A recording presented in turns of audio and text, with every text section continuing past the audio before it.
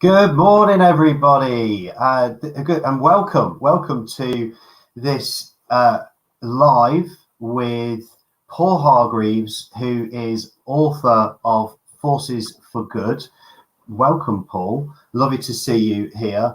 Paul is also CEO of Cotswold Fair.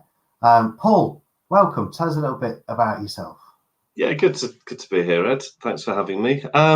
I'm the CEO of Cotswold Fair. Cotswold Fair is a specialty wholesaler of really nice food and drink. So we supply nearly 2,000 retailers all across the UK with delicious food and drink products, which we source from about 400 different suppliers. So it's all high quality, artisan, good for you in most cases. Farm shops, delis, garden centres, food halls, they're the kind of customers we have.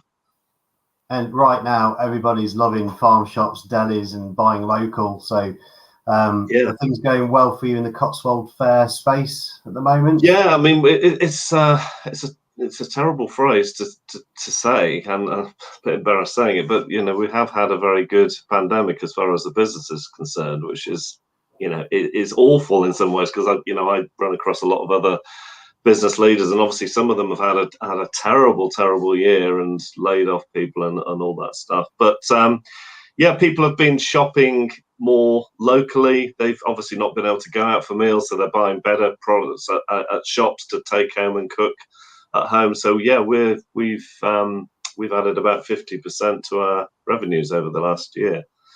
Wow, and long may it last as well when all this is over, and hopefully people's buying habits will continue to buy local, because I'm a local business coach. I look after the local business community from a coaching perspective, and I just want to see everybody be successful out there. And if we all buy local just a little bit more, then we can all be much more successful in our community businesses. So it's great to hear.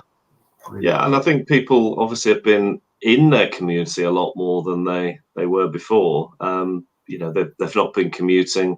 There's a guy here in the village who said, I didn't really know where I lived. He's been in for 15 years.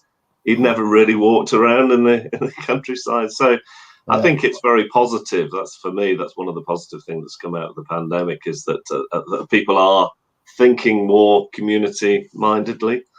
Yeah, and I certainly know the walks that I've gone on. Sometimes you walk around and go, I've never been down here before. I've had reason to. So, yes.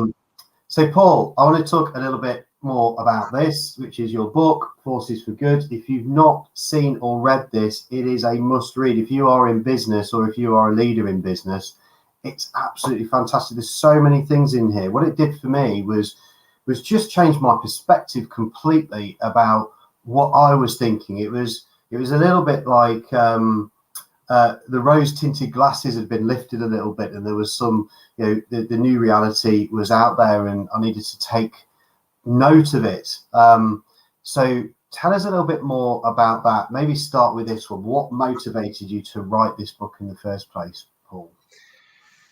Well, I guess for me, it was being on the, don't like using the word journey, but I've been through all stages of running a business, been doing it for 22 years. And we did actually start the business with our aim to social good. So of the first 5 people we took on at Cotswold Fair right at the beginning in 1999, there was one ex-drug addict, one alcoholic, and one guy just come out of prison, actually. So there were people who were unemployable, and I'd come prior to that from the charitable sector, and I guess I always felt that the charity stuff was all very sticking plaster like. It was, sticking a plaster on somewhere else and something else would pop up elsewhere. And what we needed, a lot of mess in the world, let's face it, is created by bad business practices and probably bad government policy as well. What we needed was a more fundamental type of change. So charities are great. I'm still involved in a couple and trustee of one, but they're only really damage repairers. What we need is at the heart of society, more fundamental systemic change, and that, to be honest with you, has to come through business. it's much better for people to have be working for a company which is a community as well, and equipping them in life so they don't get into the mess they were in before. So that was very much at the start of Cotswold Fair. I'll be completely frank with you, I got submerged with the normal pressures of startups, running out of money and stuff like that. We probably fell away from that kind of purpose for about 10 years. The turning point for me was exactly 10 years ago. I went to a very rural, poor community in Western Kenya with my daughter.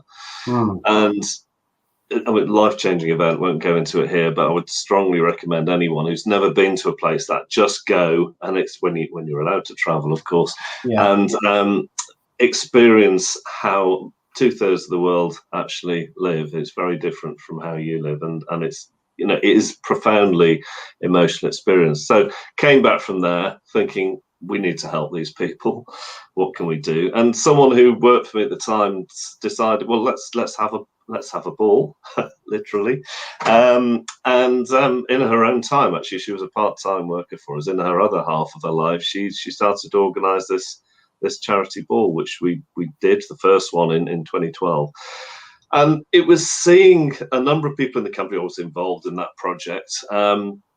It was seeing how, looking away from our immediate business activities, if you like, there was a new kind of energy came into the company. The fact that we weren't just looking at our own little world and what we were doing, it added a new dimension to what we were doing, and added a new sense of life, I guess, about the business. So that, for me, was the first time I'd seen, actually, it's by not just focusing on ourselves in business, not just focusing on the single bottom line of profit, that you can end up with a more energized, more successful, more dynamic business through looking to make some positive change in the world. And I don't know whether you want to carry on with the story, or do you want to interject and ask another question? Well, I think that it's good.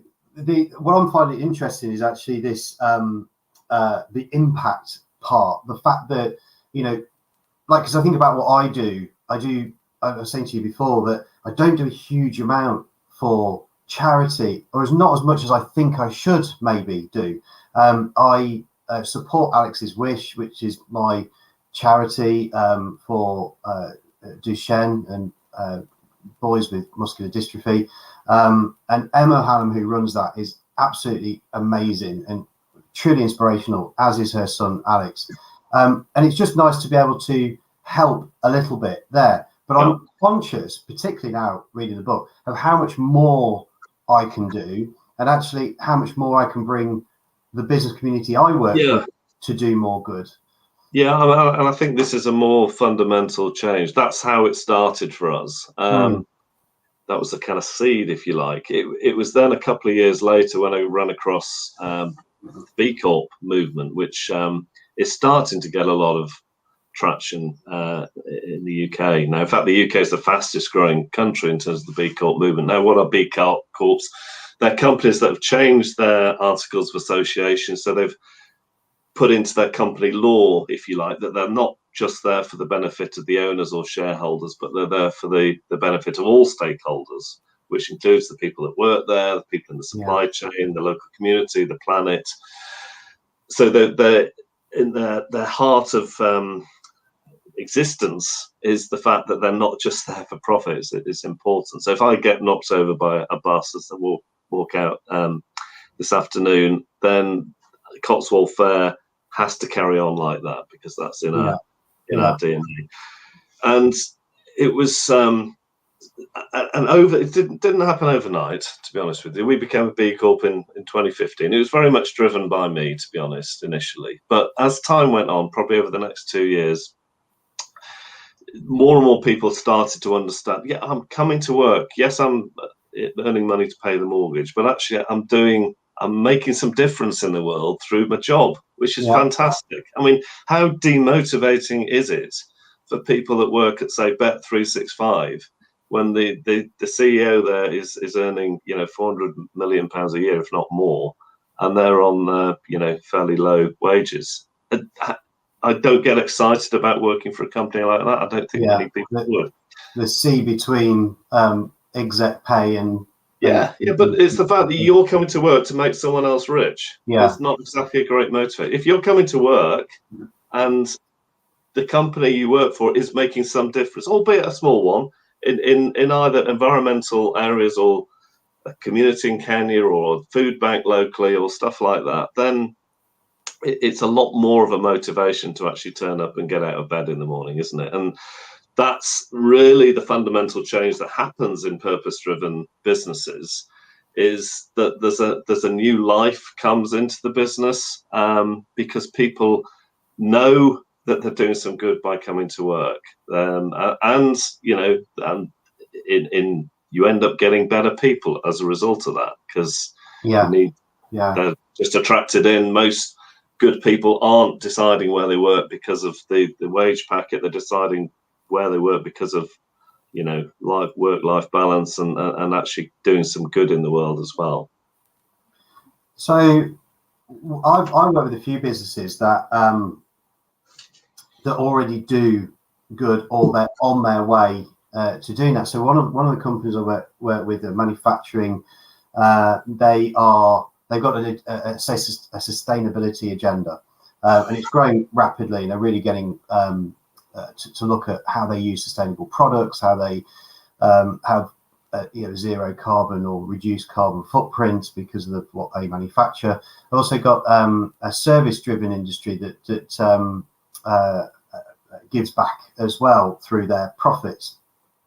But one thing that I do notice is about the promotion, and I think there's some confusion or reticence of individuals to promote it in the right way. So here's a question for you: like, how should we promote the good that we do? Because a lot of us do already focus in on this.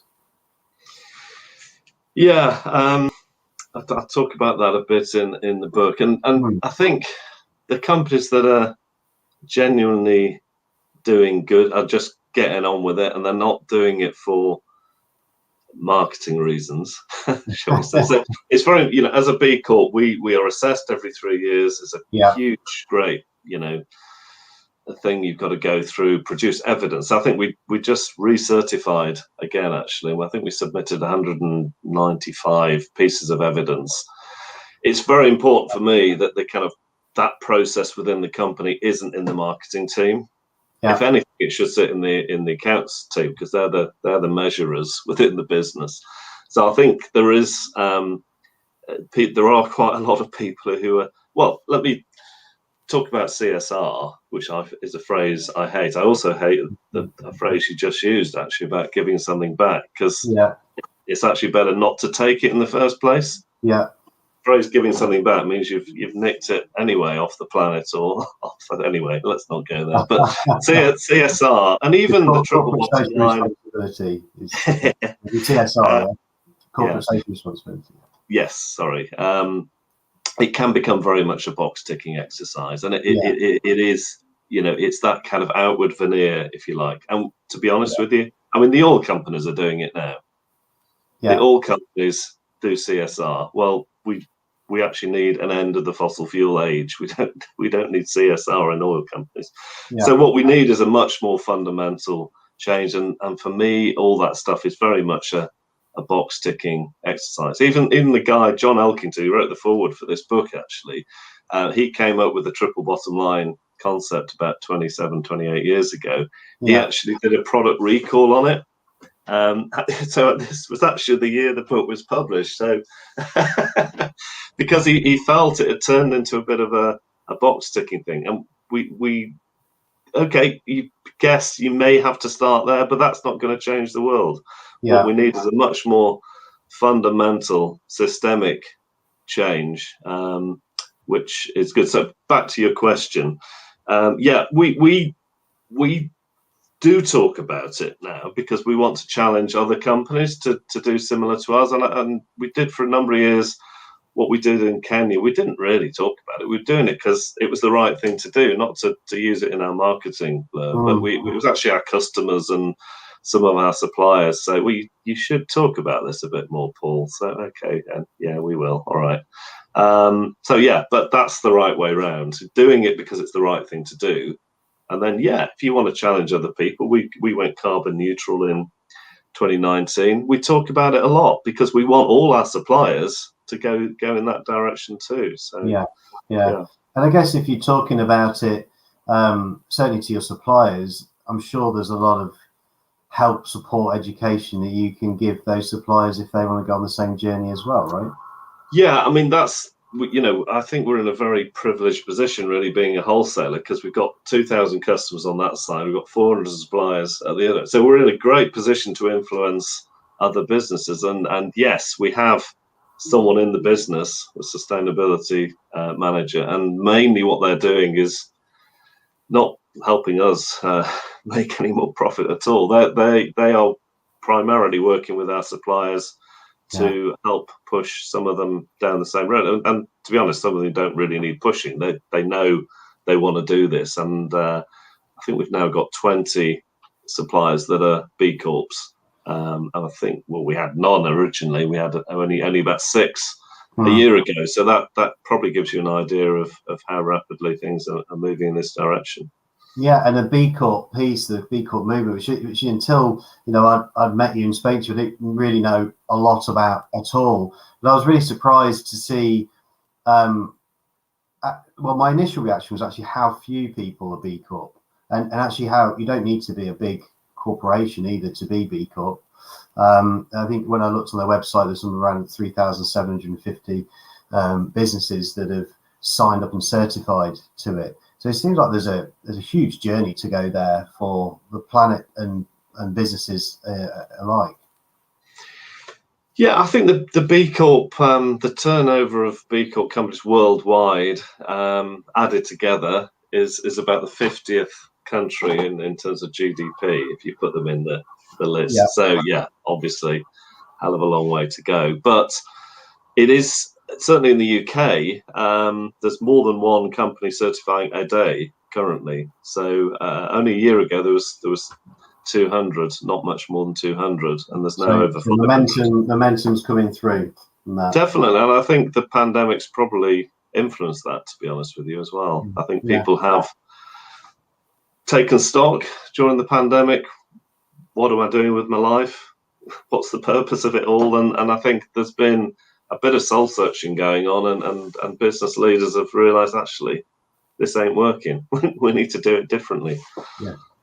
Well, I can highly recommend people to read that Forces for Good, read your book and get some ideas about maybe how to approach it.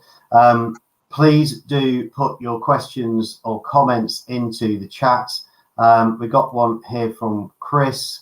Good morning, Chris. Great to see you on here again.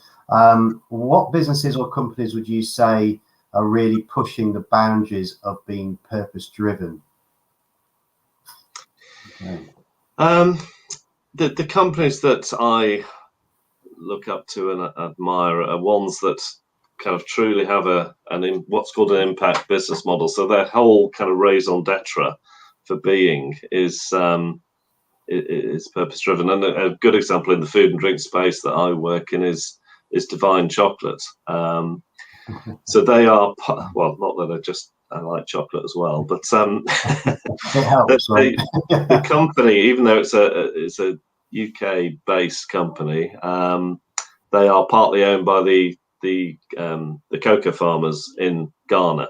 Yeah. And that's got to be the way forward. That's far, far better. I mean, they are fair trade as well, but that's far, far better than fair trade. And ownership actually is key to all this. This is one of the reasons the world is so imbalanced. Is because there's a huge skew of ownership, and what we need is more normal people owning parts of the business they work for. Divine Chocolate would be one that springs to mind. Another one that started me on my B Corp journey, much kind of normal business, is Cook, the frozen food company. Ed Perry is a friend of mine who's one of the co-founders. A lot of our good ideas we've actually nicked from Cook. They take people from prison, as do Timpsons. So you probably know Timpsons. That James wrote something for the front of the book. Not a B Corp, but I'm not saying B Corp. You can only be a good company if you're a B Corp. No, Timpsons is absolutely brilliant business. 10% of their people they recruit actually when they're in prison. So the first day out, they're working in a Timpson's shop. Yeah. So there'd be three I would admire. Lovely, love that. Thank you. Thanks for sharing that. Just want to say good morning to Damien. Good to see you, Damien, Chris, everybody else. We are talking about sustainability and doing the right thing in business. And I'm really just loving some of the guidance that you're giving, Paul, to us all of you're really thinking about how do we do the right thing? How do we engage our teams? How do we share maybe some of our business profits or our business itself? I was reading in your book, I forget the name of the Chinese property billionaire who all of his businesses, he gives 51% to the other person. So he doesn't really fully own anything, which I think is, well, that's an amazing thing to do. Right? Yeah, it's this thing of, there's something in that, isn't there? Because I've written the new book is more about the kind of character of leaders, and there's a chapter in there on generosity.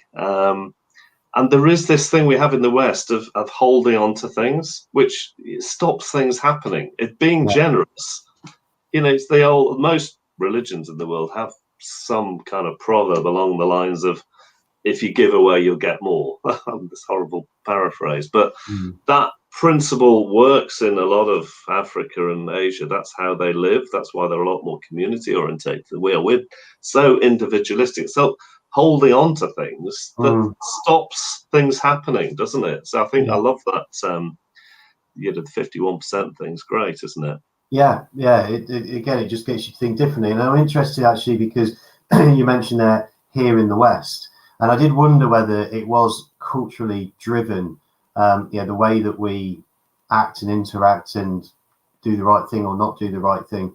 Do you think that that's sort of a systemic issue with the West that really needs to be broken, that perhaps doesn't in other parts of the world? Yeah, I mean, it is very much this. Well, it's back to capitalism, really. I think capitalism's never been particularly great, but it got really bad in the 80s. And we all know Maggie Thatcher's favourite, well, not her, but it's a often quoted phrase about there is no such thing as society. There are men, women, and boys, something like that. Families and individuals, I think. Yeah, the cult of the individual, basically. And in many countries of the world, I'm fortunate enough to have got about a bit. And in a lot of countries in the world, if people were living behind iron gates and accumulating cars more than they need, and this whole thing of accumulating possessions, they would actually think they were mentally ill. Yet we think that's something to be aspired to. Yeah. That's how upside down we are. I mean, there's lots of research being done on happiness and income, and actually once people earn more than there is an incremental increase in happiness up to a figure. In dollars, it's about $75,000, and after that they start to get less happy again. So yes, there's a certain amount of money you need to enjoy your life, but once you start getting more than that, people actually get less happy. There is I'm not sure if you've got to it yet in the book, the Ikigai thing, which is a Japanese. That. I mean, I absolutely love this. It's obviously not me. I'm glad that you could pronounce it because I couldn't get out of my head. Ikigai. Yeah, Ikigai. Ikigai. Right. Okay.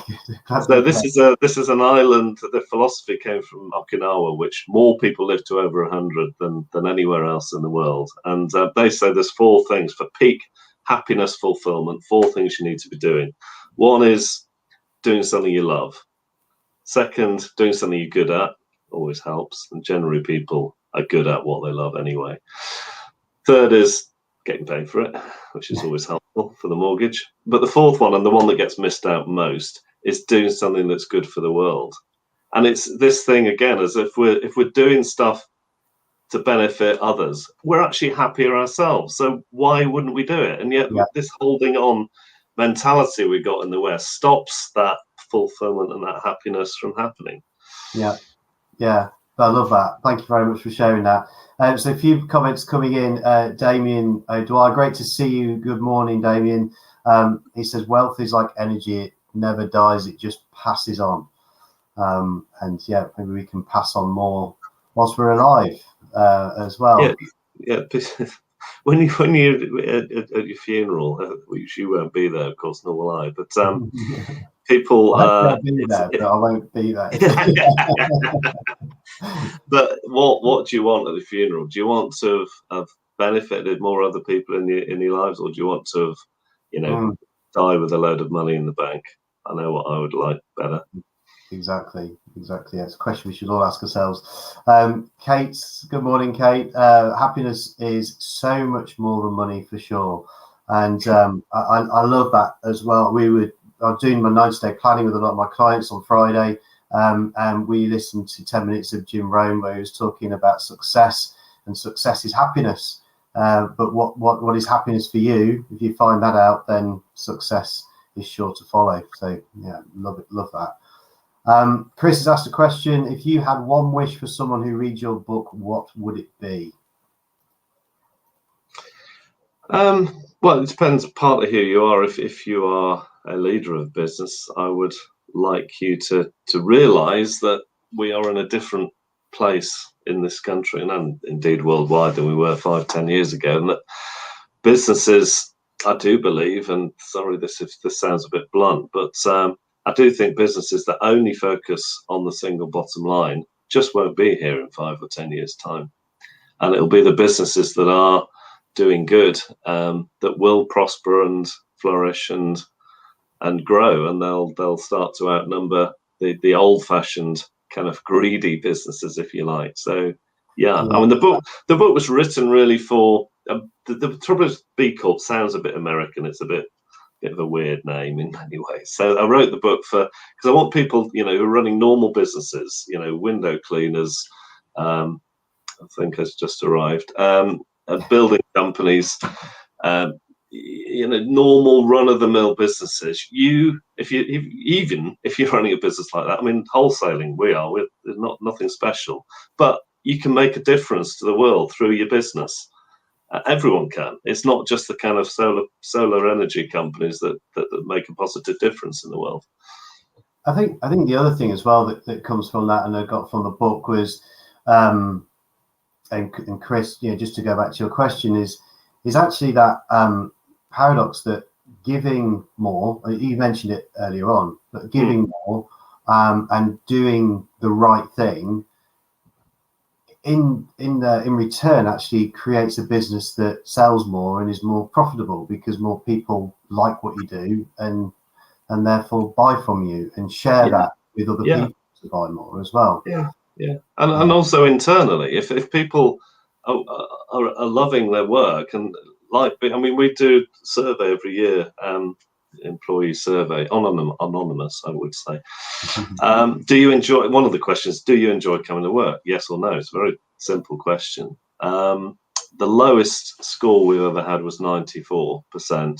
And we did get 100% a couple of years ago. So, if you've got a bunch of happy people there because you're treating them well and you're creating a fun atmosphere, guess what? You're going to make more money. It's not rocket science, is it? Yet so many businesses miss that and try and screw as much out of their people as possible. Pay, all these companies complaining about the living wage going up. Why would you not want to pay enough for your people who work for you to live on? For God's sake, exactly. This isn't the real world, is it? As well, aren't they? Yeah. Final comment here from Damien. There are no pockets in a shroud.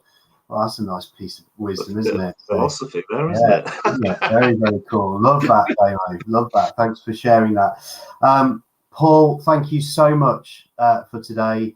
I really hope that everybody listening to this or listening to the recording of this just takes one little bit of piece away from it for themselves, for their business, and implement something. If it's just getting you thinking differently, if it's going to get you to sit down with your team and understand how you can do the right thing in more ways, more frequently, to help the planet, help people, and help your profits, that would be absolutely superb.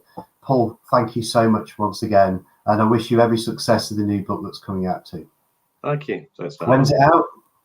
6th of May is the new book, The Fourth Bottom Line, it's called. Fourth Bottom Line, 6th of May. We'll look out for that one. Thank you, Paul. Take care. Have a good rest of the day. Cheers. Thank you. Bye.